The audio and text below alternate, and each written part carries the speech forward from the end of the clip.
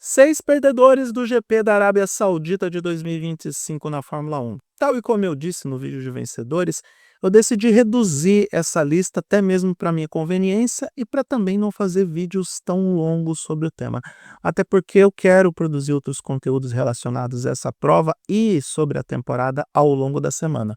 Apesar de, no momento que eu estou gravando esse vídeo, que é no dia 21 de abril, feriado, e eu tô aqui disposto a produzir conteúdo para você de graça.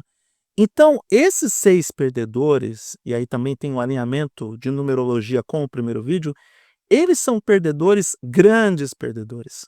Perdedores claríssimos, e não aquela farra do boi que aconteceu lá no GP do Bahrein. E por isso eu tô aqui, até mesmo para que você tenha uma visão um pouco mais precisa sobre quem precisa melhorar em função de tudo o que aconteceu lá em Jeddah. Eu sou Eduardo Moreira e esses são os 6 perdedores do GP da Arábia Saudita de 2025 na Fórmula 1, começando pela Mercedes equipe de Fórmula 1. No vídeo de vencedores, eu terminei falando que uma das grandes vencedoras era a Mercedes, fornecedora de motores, porque ela conseguiu colocar 6 de 10 carros com seus propulsores dentro das 10 primeiras posições de uma pista que tem alta demanda de performance, que exige muito do motor, e essa é uma notícia muito positiva para os clientes de motores Mercedes.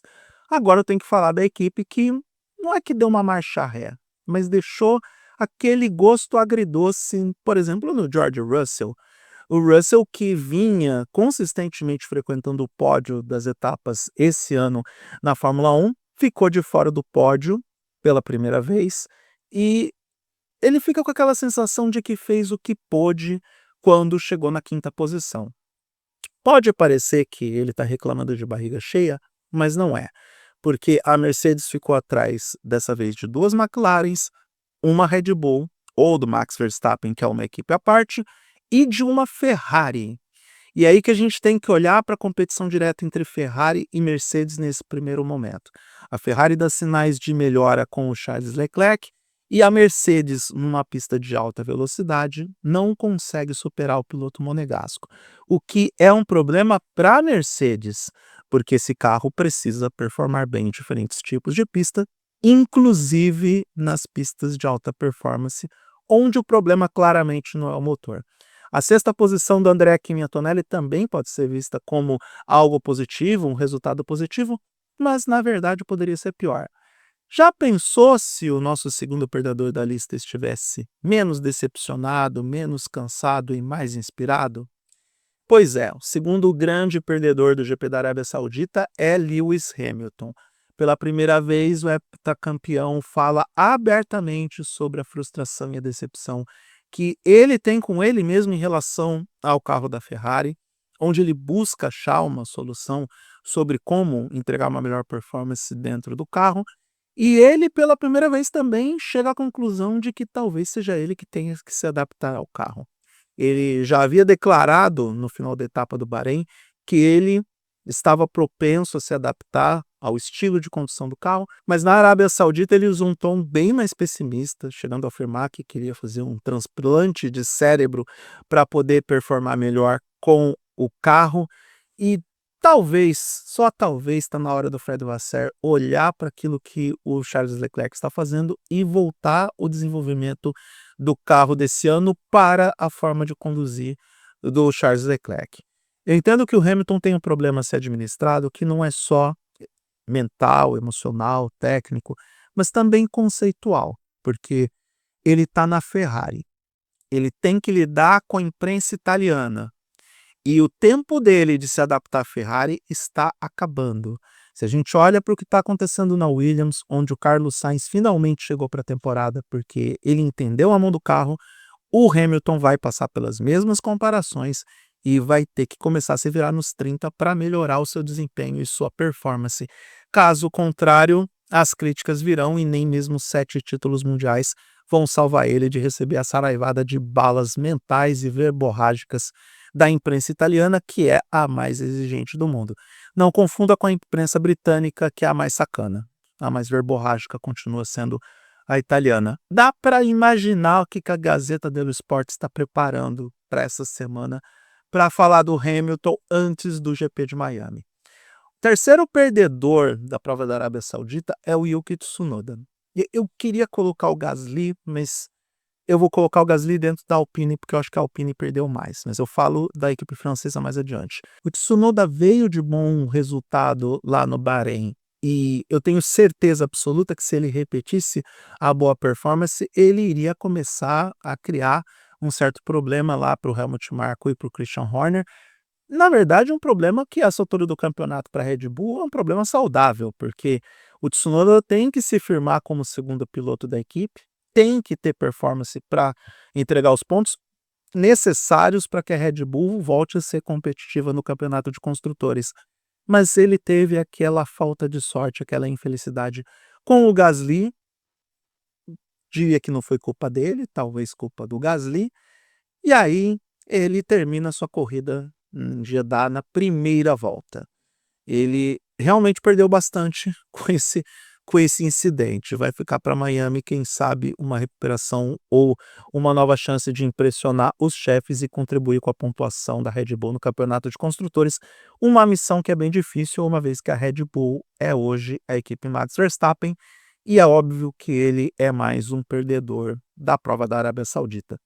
Não pela posição que ele terminou a prova, porque terminar em segundo com um carro que para muitos é considerado a quarta força, e conceitualmente falando ele pode ser a quarta força, porque a pontuação na tabela de construtores pode levar a isso, mas em função também do contexto do todo, porque da mesma forma que tem muita gente reclamando da punição que o Verstappen recebeu, que sim foi justa, sim, não é a primeira vez que isso acontece, e que sempre levanta polêmica daquelas pessoas que entendem parcialmente das regras ou que não vão buscar o histórico ou que distorcem o histórico de punições.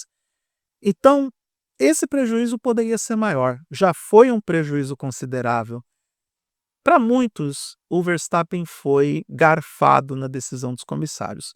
Já eu entendo que, se ele tivesse devolvido a posição para o Piastri, talvez isso não tivesse acontecido.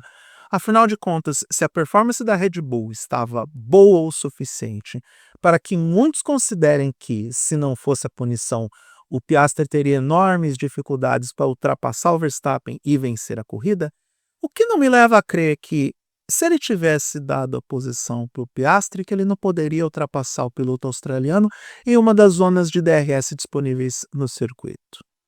São diferentes visões em função do mesmo assunto, do mesmo incidente. Então, eu prefiro acreditar que o Verstappen jogou a vitória fora porque ele não entregou, não devolveu a posição para o Piastri. A não ser que o Verstappen entendesse de que ele não tinha carro para superar a McLaren, e esse entendimento é bem incrível, ou realmente acreditasse que era o Michael Masi que estava dirigindo a prova e que ele poderia fazer o que ele quisesse e que não haveria punição. O lance de sair da pista quando o ápex da curva é seu ou não é, gerou muita discussão em um passado não muito distante. Mas naquele caso, a forma de decidir, no caso do Piastri com o Verstappen na Arábia Saudita, é bem fácil de entender o que aconteceu. A curva era do Piastri. O Piastri não tinha a obrigação de dar espaço para o Hamilton dentro daquela tangente naquela curva.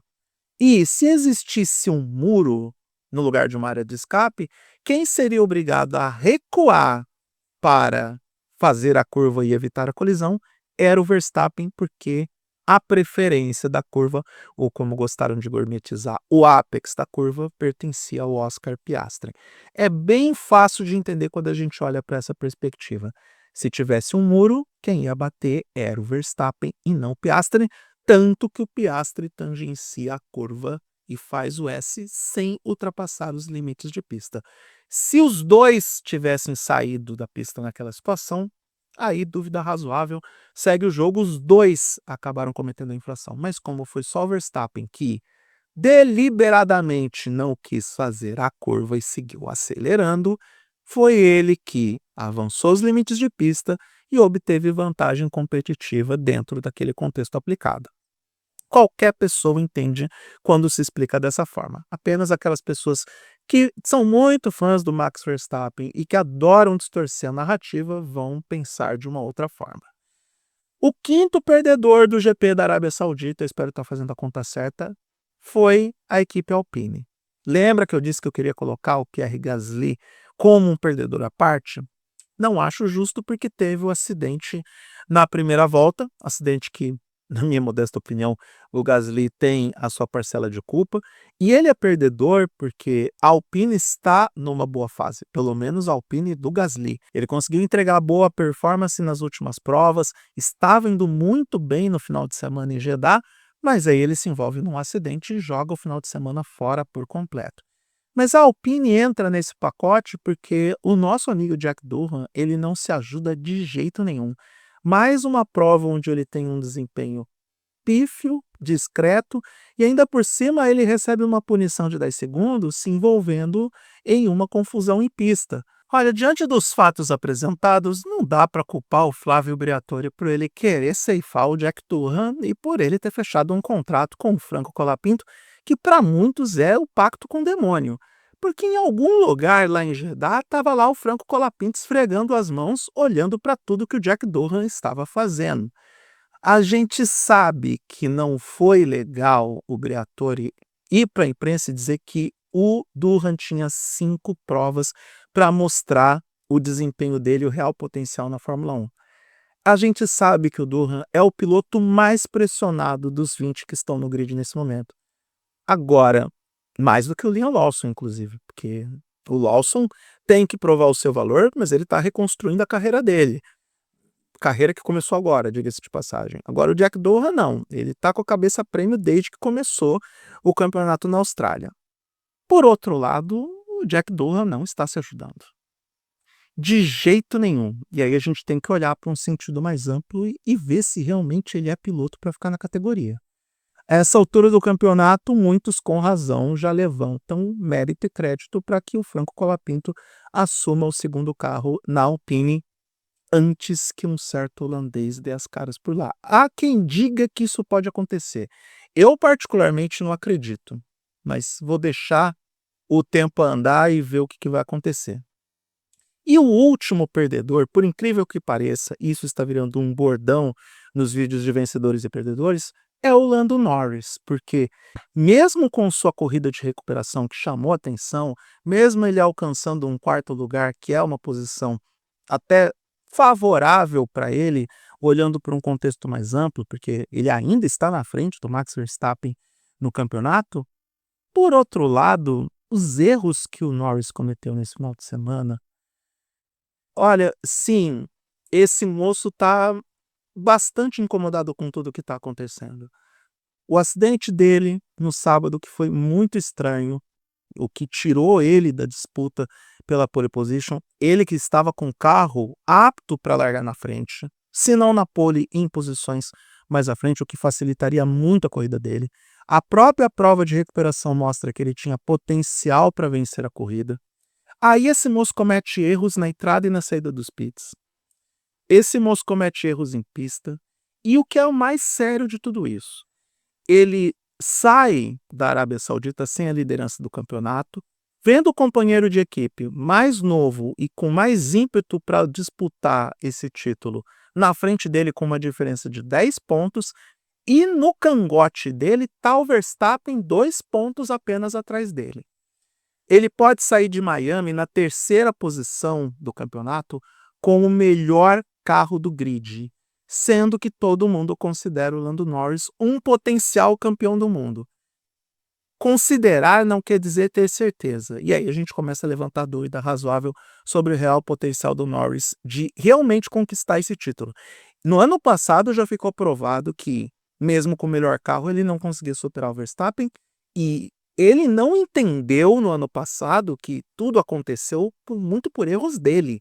Todas as vezes que ele largou mal, gerenciamento de corrida, gerenciamento estratégico, decisões impetuosas em pista, todos os erros que o Norris cometeu comprometeu de forma direta uma possível disputa pelo título mundial. Ele poderia ter conquistado o título se ele não tivesse errado tanto. Agora 2025 está reforçando isso. A única coisa que dá um alento para os torcedores do Norris é que pela primeira vez ele reconheceu que o problema está nele, que ele precisa modificar alguma coisa nele, porque Em outras entrevistas, ele já disse que o Verstappen não tem nada de extraordinário para ser superado. Você não precisa de nada de especial para superar um tetracampeão do mundo. O céu é azul, choveu. Eu não posso contar com o erro do Verstappen, porque o Verstappen foi impecável. A grama é verde. O Piastri corre mais do que eu. A equipe está voltada para o Piastri. O Norris está reclamando de tudo menos dele mesmo. Pela primeira vez após o GP da Arábia Saudita, o Norris reclamou dele mesmo.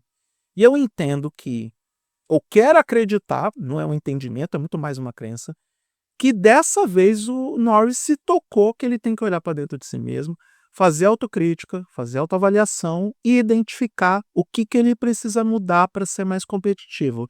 Porque sim, a concorrência é pesada, o Piastri está pronto, na minha opinião, para ser campeão do mundo, e o Verstappen, críticos ou defensores, têm pelo menos que concordar numa coisa: o Verstappen pode fazer qualquer coisa com um carro mediano. Então, o Norris tem que lidar com todas essas situações na vida e trabalhar em si antes de ficar reclamando de que o mundo não conspira a favor dele. Então, esses são os 6 grandes perdedores do GP da Arábia Saudita de 2025. Devo fazer mais vídeos durante a semana sobre o contexto de momento da Fórmula 1, levando em consideração o que acontece com McLaren, Red Bull, Mercedes e Ferrari, que são as 4 principais equipes da temporada. E é isso, final de semana que vem nós temos o GP de Miami, e eu sei que tem pilotos que estão extenuados com essa maratona.